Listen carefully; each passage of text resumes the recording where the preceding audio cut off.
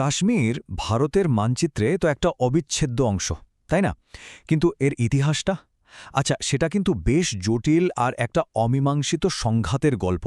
ভাবুন তো, হিমালয়ের কোলে থাকা এত সুন্দর শান্ত একটা উপত্যকা কিভাবে উপমহাদেশের সবচেয়ে জটিল একটা রাজনৈতিক সমস্যার কেন্দ্র হয়ে উঠল। চলুন আজ সেই ইতিহাসের পাতাগুলোই একটু উল্টে দেখা যাক। তো আসল প্রশ্নটা হলো, এই যে এত বড় একটা সমস্যা, এর শুরুটা ঠিক কোথায়? মানে কি এমন হয়েছিল, বা কোন ঐতিহাসিক ঘটনার কারণে কাশ্মীর আজও একটা জ্বলন্ত ইস্যু হয়ে রয়ে গেছে, আর কেনই বা এটা ভারত আর পাকিস্তানের মধ্যে বিবাদের এত বড় একটা কারণ? এই পুরো ব্যাপারটা বুঝতে গেলে আমাদের কিন্তু এক্কেবারে গোড়ায় ফিরে যেতে হবে, মানে ১৯৪৭ সালে। দেখতে হবে তখন কাশ্মীরের ভৌগোলিক অবস্থান, ভেতরের সামাজিক পরিস্থিতি, এগুলো ঠিক কেমন ছিল। কি এমন ছিল যার জন্য কাশ্মীর এত বেশি গুরুত্বপূর্ণ হয়ে উঠেছিল? দেখুন, কাশ্মীর কিন্তু শুধু ম্যাপে দেখতে বড় একটা রাজ্য ছিল না, এর আসল গুরুত্বটা ছিল এর ভূ-রাজনৈতিক অবস্থানে। প্রায় ৮৪,০০০ বর্গমাইলেরও বেশি এলাকা নিয়ে এই রাজ্যটা ছিল, মানে বলতে পারেন যেন এশিয়ার একটা মোড় বা চৌরাস্তার মতো। আর ঠিক এই অবস্থানটাই ওর ভাগ্য নির্ধারণে একটা বিরাট ভূমিকা রেখেছিল। যদি তখনকার কাশ্মীরের ম্যাপটা একবার চোখের সামনে ভাবা যায়, তাহলেই এর গুরুত্বটা পরিষ্কার হয়ে যাবে। ভাবুন, একদিকে পাকিস্তান, দক্ষিণে ভারত, আবার উত্তর পূর্বে তিব্বত, উত্তরে চীনা তুর্কিস্তান, আর উত্তর পশ্চিমে সেই সময়ের সোভিয়েত ইউনিয়ন। মানে সব বড় বড় শক্তিগুলো ঘিরেছিল। তাই বোঝাই যাচ্ছে কাশ্মীরের ভবিষ্যৎটা শুধু ভারত বা পাকিস্তানের ব্যাপার ছিল না, এটা একটা আন্তর্জাতিক মাথাব্যথার কারণ হয়ে দাঁড়িয়েছিল। কিন্তু বাইরের এই ভূরাজনৈতিক চাপের থেকেও বড় সংকটটা ছিল আসলে কাশ্মীরের ভেতরে। রাজ্যের শাসক ছিলেন হিন্দু, মহারাজা হরি সিং, অথচ রাজ্যের বেশিরভাগ মানুষই ছিলেন মুসলিম।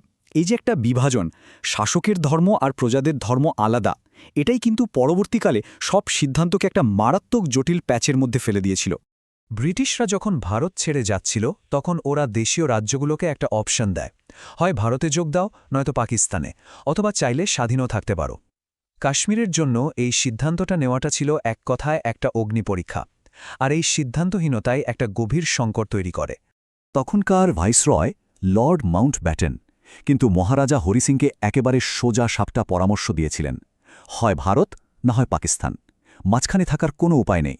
কিন্তু মুশকিল হল, মহারাজা হরি সিংয়ের মাথায় তখন অন্য কিছুই ঘুরছিল, আর সেটাই পুরো ব্যাপারটাকে আরও জটিল করে তুলল। কাশ্মীরের ভেতরে তখন যেন একটা দড়ি টানাটানির খেলা চলছিল, যা বাইরে থেকে বোঝা যাচ্ছিল না। একদিকে মহারাজা ভাবছিলেন একটা স্বাধীন সার্বভৌম কাশ্মীর বানাবেন, আর অন্যদিকে রাজ্যের সবথেকে জনপ্রিয় নেতা শেখ আবদুল্লাহ আর তার দল ন্যাশনাল কনফারেন্স, তারা চাইছিলেন ভারতের সঙ্গে যোগ দিতে। এই যে দুই বিপরীত চাওয়া পাওয়া, এর মধ্যেই কাশ্মীর একটা অনিশ্চিত ভবিষ্যতের দিকে এগোচ্ছিল। তো কাশ্মীর যখন এইরকম একটা দোটানায় ভুগছে, কি করবে, কোন দিকে যাবে, ঠিক সেই সময়ে এমন একটা ঘটনা ঘটল যা কেউ ভাবেনি। উত্তর পশ্চিম সীমান্ত থেকে একটা ভয়ঙ্কর আক্রমণ হল, আর সেই আক্রমণটাই কাশ্মীরের ভাগ্যকে চিরদিনের মতো একটা অন্যদিকে ঘুরিয়ে দিল। ১৯৪৭ সালের অক্টোবর মাসের ওই একটা সপ্তাহ, ওটাই ছিল সবথেকে গুরুত্বপূর্ণ। ২২শে অক্টোবর পাকিস্তান সমর্থিত হানাদার বাহিনী আক্রমণ করে বসল, আর তখনই মহারাজা হরি সিং বুঝতে পারলেন যে পরিস্থিতি কতটা গম্ভীর। তিনি বুঝলেন একাই আক্রমণ সামলানো যাবে না, তাই দেরি না করে ২৪শে অক্টোবর ভারতের কাছে সামরিক সাহায্য চাইলেন। আর তার দুদিন পরেই ২৬শে অক্টোবর ভারতভুক্তির দলিলে সই করে দিলেন। আর ঠিক তার পরের দিন ২৭শে অক্টোবর ভারতীয় সেনা প্লেনে করে শ্রীনগরে গিয়ে নামল। ভারতীয় সেনাবাহিনী কিন্তু খুব দ্রুত কাজ করেছিল, মানে তারা শুধু হানাদারদের থামিয়েই দেয়নি, বরং ওদেরকে পিছু হটিয়ে দিয়ে কাশ্মীরের প্রায় ২/৩ এলাকা নিজেদের নিয়ন্ত্রণে নিয়ে আসে।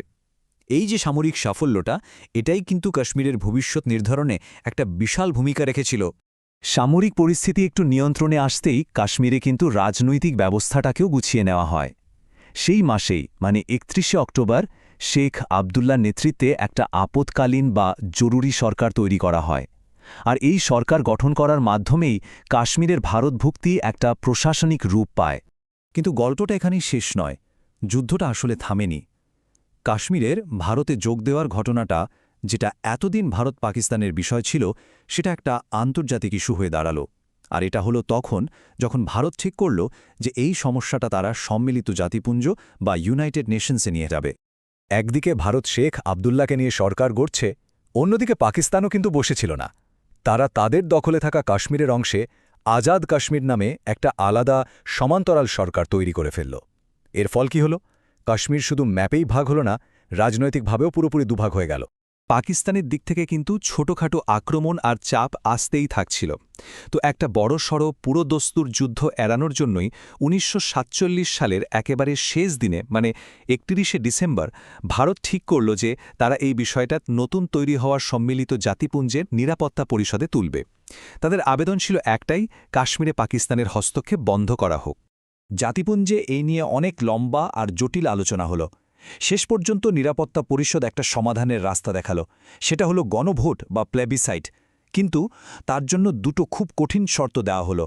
প্রথম শর্ত, পাকিস্তানকে কাশ্মীর থেকে তাদের সব সৈন্য সরিয়ে নিতে হবে, আর দ্বিতীয়টা হলো ভারতকেও তাদের সৈন্য সংখ্যা কমিয়ে একদম ন্যূনতম পর্যায়ে নামিয়ে আনতে হবে। শুধুমাত্র নিরাপত্তার জন্য যা দরকার সেটুকুই থাকবে। কিন্তু প্রশ্ন হল, এই শর্তগুলো কি আদৌ পূরণ হয়েছিল? সেই গণভোটের শেষ পর্যন্ত কি হল? চলুন এবার দেখি কিভাবে এই সংঘাতটা একটা দীর্ঘস্থায়ী সমস্যায় পরিণত হল, যার সমাধান আজও খুঁজে পাওয়া যায়নি। সত্যিটা হলো, ইতিহাসে ওই গণভোট আর কোনোদিনই হয়নি। কেন হয়নি? কারণ জাতিপুঞ্জ যে শর্তগুলো দিয়েছিল, বিশেষ করে পাকিস্তানের সৈন্য পুরোপুরি সরিয়ে নেওয়ার যে শর্তটা ছিল, সেটাই কোনোদিন পূরণ করা যায়নি। তাহলে এতগুলো বছর পর এখন পরিস্থিতিটা ঠিক কি? দেখুন, সূত্র অনুযায়ী কাশ্মীরকে ভারতের একটা অবিচ্ছেদ্য অঙ্গ হিসেবেই দেখা হয়। ওখানকার মানুষ ভারতের সাধারণ নির্বাচনে ভোট দিয়ে তাদের প্রতিনিধিও পাঠায়। কিন্তু এই যে সাংবিধানিক বাস্তবতা, এর পরও কাশ্মীর সমস্যাটা কিন্তু ভারত আর পাকিস্তানের সম্পর্কের মধ্যে সবচেয়ে বড় কাঁটা হয়ে রয়ে গেছে। আমাদের আজকের আলোচনাটা শেষ হচ্ছে এই একটা বড় প্রশ্ন দিয়ে।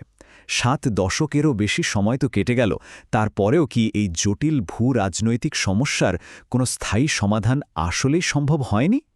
এই প্রশ্নটা কিন্তু শুধু অতীতের না, এটা বর্তমানের, ভবিষ্যতেরও। আর হয়তো এই প্রশ্নের উত্তর খুঁজে বের করার মধ্যেই লুকিয়ে আছে গোটা উপমহাদেশের শান্তি।